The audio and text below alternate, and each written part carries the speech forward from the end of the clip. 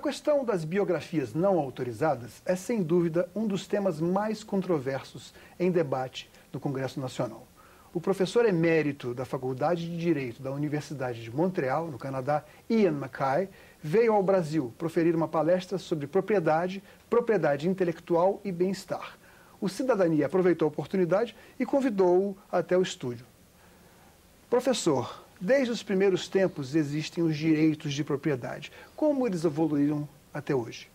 Well, it's interesting that you should ask that because I indeed have been talking about just that topic. People believe that intellectual property is, as it were, a descendant of our classical property. And my point is that that's not the right way to look at it. What we should do is, as it were, look at the deep structure of property rights. Why do we have property rights? Once you have the deep structure, you realize that the property of the civil code is one descendant.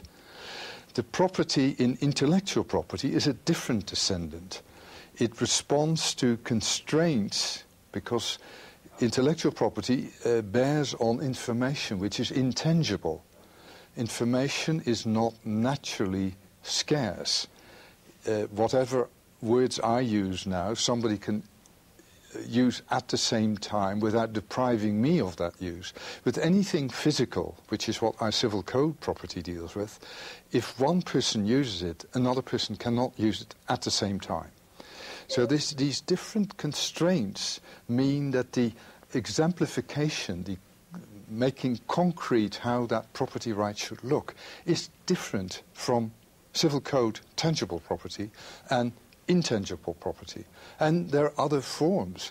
Think of the ownership of shares in corporations. That again is intangible, has other constraints. Think again of these markets we now have for pollution permits. That's also an intangible thing, but the constraints are again different from tangible property. So you might say property and intellectual property are related through the same deep structure, through the same ancestor, but they are not. One is not a descendant of the other, and so you shouldn't try to see civil code property directly in intellectual property field. That doesn't work. You get nonsensical rules.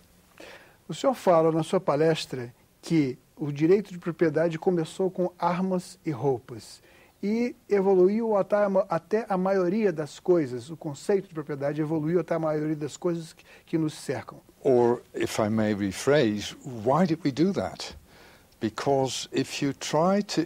What happens, why do we have property rights?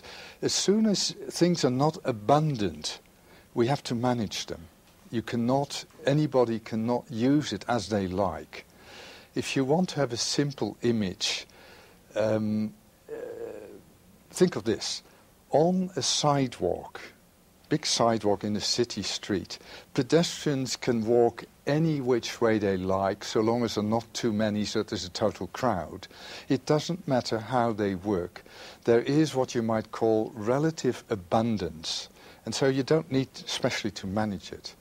But now, increase the speed of whatever is moving on those roads, increase the number of them, and you need to manage.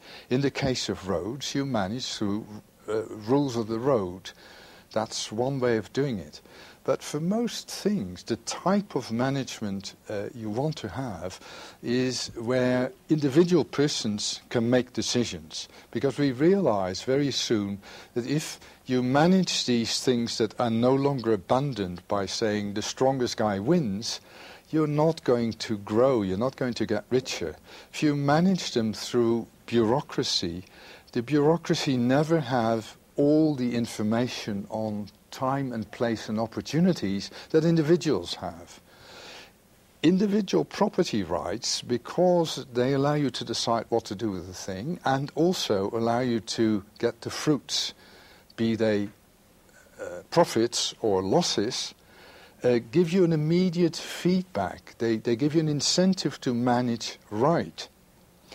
If you can also sell that right, transfer those powers to somebody else, then that other person can look over your shoulder and say, are you doing it right? And if that other person thinks that they can do better with what you have, they'll buy it from you. So this system gives incentives to people to go for the best management they can think of, and also gives incentives to improve, to innovate. Those are features which no other system of management does as well. And so the reason why we extended the formula to other objects is just those things. O senhor está falando ao mesmo tempo da relação entre direito de propriedade e escassez.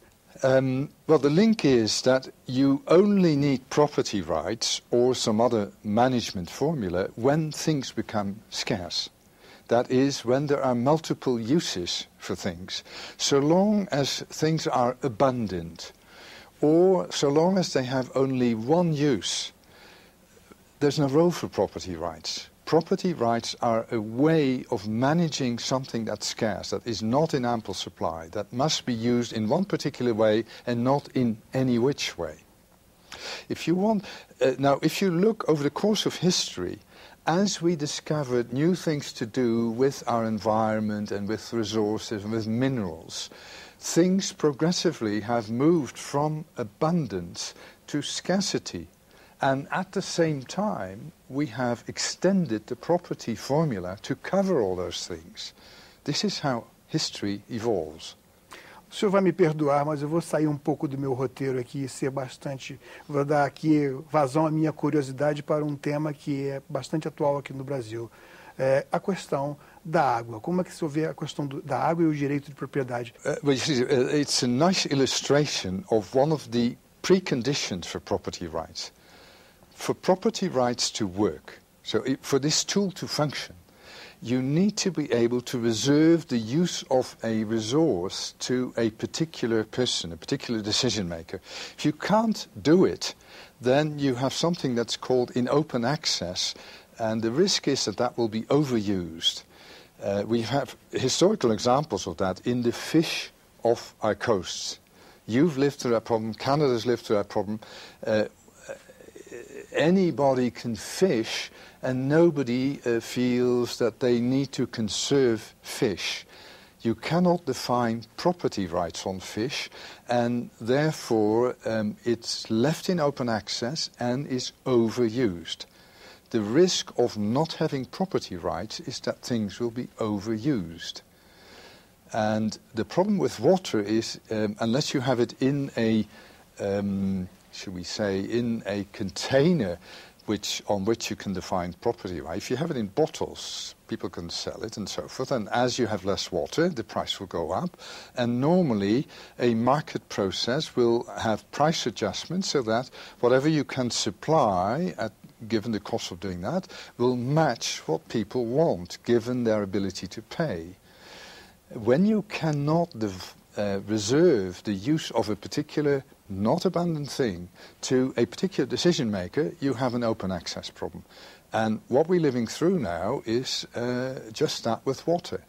Normally, if water gets scarcer, then you'd say, if there's an owner, that owner will make that water available, but the price will have to go up. And people will ration their need for that particular resource as a result. That's the way things happen with, for instance, gasoline, with petrol. The price goes up, people will ration their decisions to drive or use petrol for other things. If the price goes down, people will suddenly start to drive again. They will pollute more, but pollution, the air is another open access resource. Como o senhor acha que as pessoas reagem nos países do terceiro mundo quando elas veem uma garrafa de água mineral Coca-Cola, companhia Coca-Cola? We see, once you are agreed that this water also is a scarce resource, and that one way of managing the way that's going to be distributed is through a market process, then the question you can ask, well, which type of market operator, which enterprise is going to do the job? There may be competing offers. Maybe there are scale advantages, there may be brand recognition, so people have then confidence that they get proper water. There are scandals in our country in particular where people sold, and you remember the Perrier scandal in France. It was sold under a label, but it turned out that the water was not of the quality that normally is associated with that brand name. It was probably tap water, talvez água da torneira. Yeah, whatever. So, big scandal, and Perrier then had to rebuild its trademark. So one of the reasons for having big companies do it, they have a reputation to maintain. And the reputation implicitly gives a quality signal to customers. Now, do we need that for ordinary water? We might have thought no, but once you know about tainted water, you say, yes, but we do need that reputation to be sure that we get proper water, we don't get sick. O senhor fala também dos direitos de propriedade exclusivos e o que os limita, as barreiras que existem. Well, if you remember, the connection is when something gets scarce, we are looking for a tool to manage it. I said to you, property rights, because they're totally decentralized and because they have these incentive effects, are a nice tool.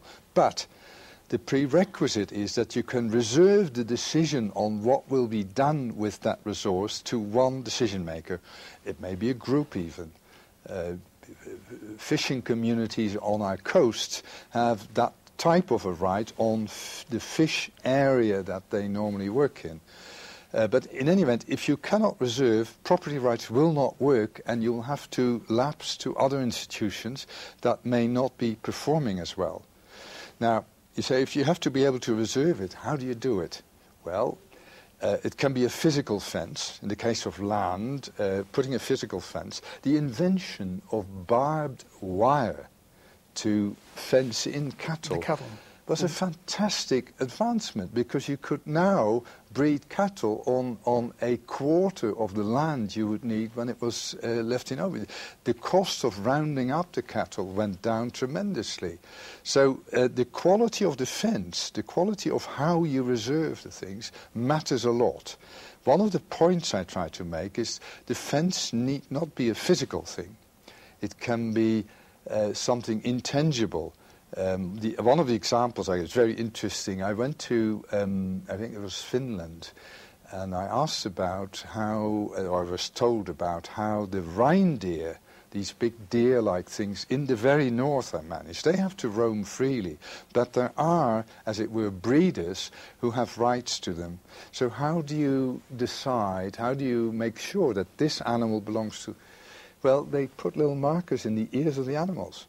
And because the number of people who are in that breeding business is limited, this is enough of a fence so that the exploitation of rhino becomes viable. In software, you have a piece of software on your computer. If you paid for it, automatically it will be updated, or you will receive a message that you can download the update. That is another type of fence. Make sure that whoever is exploiting this will be paid for the efforts. That means that property can work. But fences can be of all varieties, but they also always serve to reserve the decision of what's going to be done to a particular decision maker, who can then transfer it. But if you cannot reserve it, you have an open access problem. And that's no fun. And you'll hear about it in the newspapers, because it will become a political problem.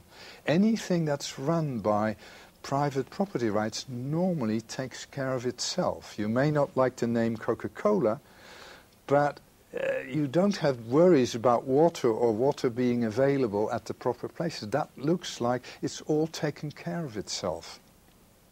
Professor, quais são os direitos de propriedade que o senhor considera mais básicos, que o senhor cita na sua palestra, e se o senhor acha que eles estão ameaçados nos vários países do mundo?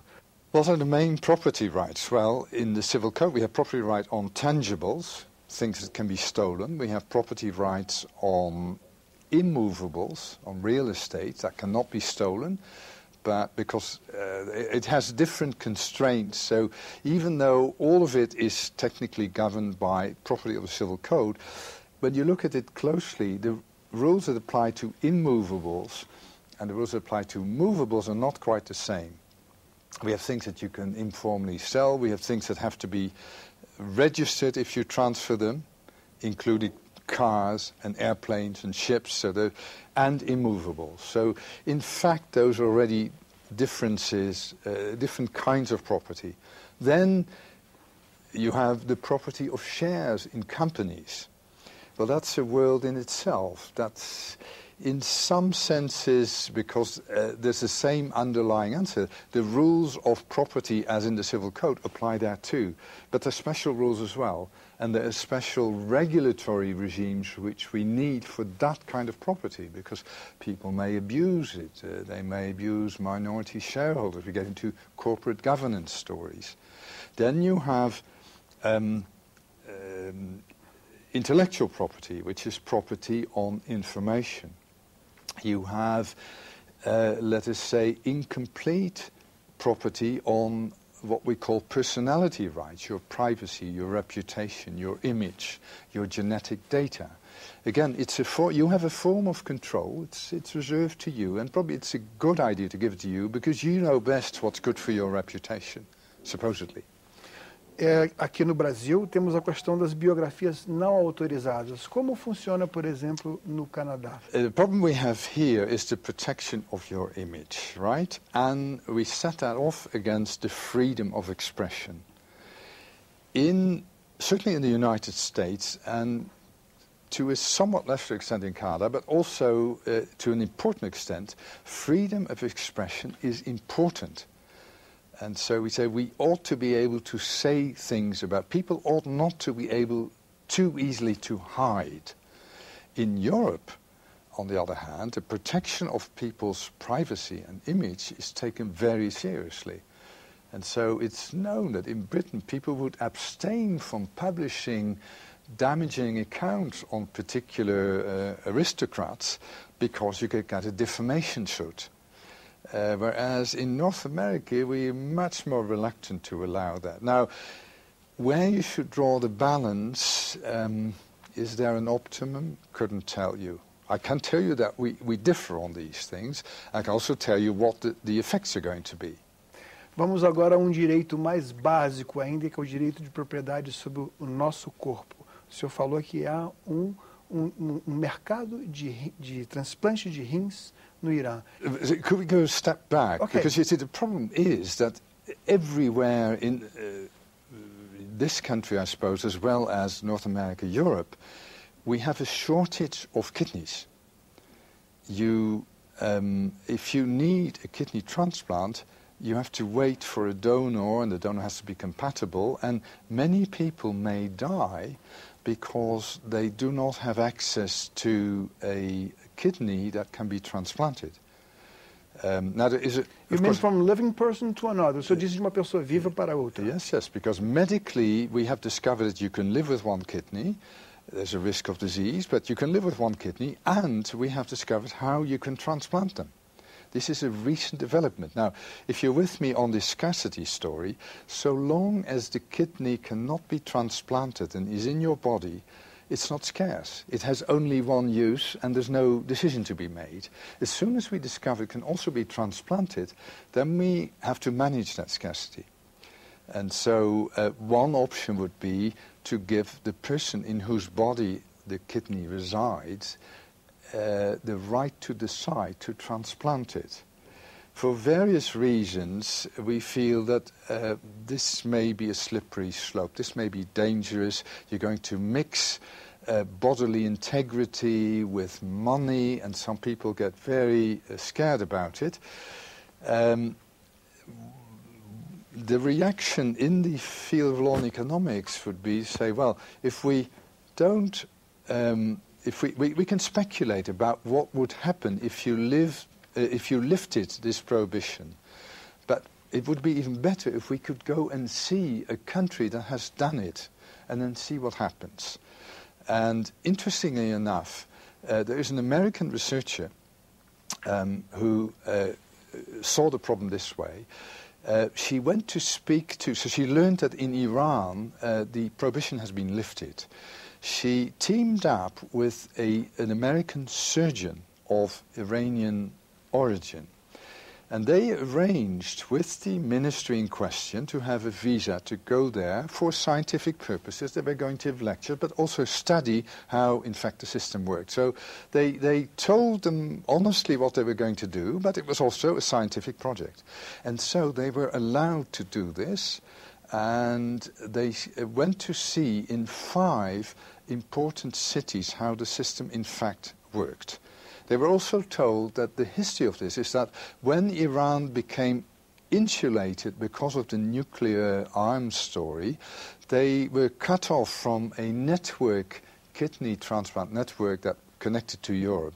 So they had to rely on themselves. And frequently, when people are squeezed this way, they become inventive. So they say, all right, let us allow, carefully, prudently, with all sorts of guarantees, let us allow transplant for money. And the commerce, if you will, of kidneys is now legitimate there. That means that you can, official services, social services, and medical services can look into it. Compatibility, they can make sure that both parties are informed of what is involved.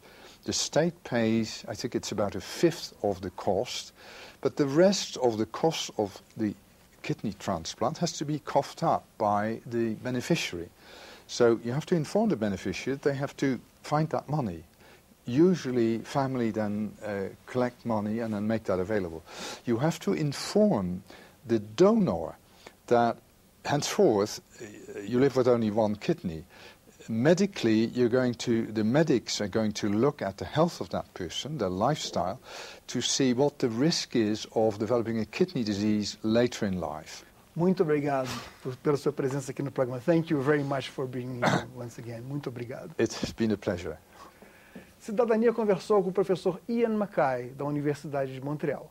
Mande suas críticas e sugestões para nós. Ligue para 0800 61 2211 ou acesse www.senado.leg.br/TV.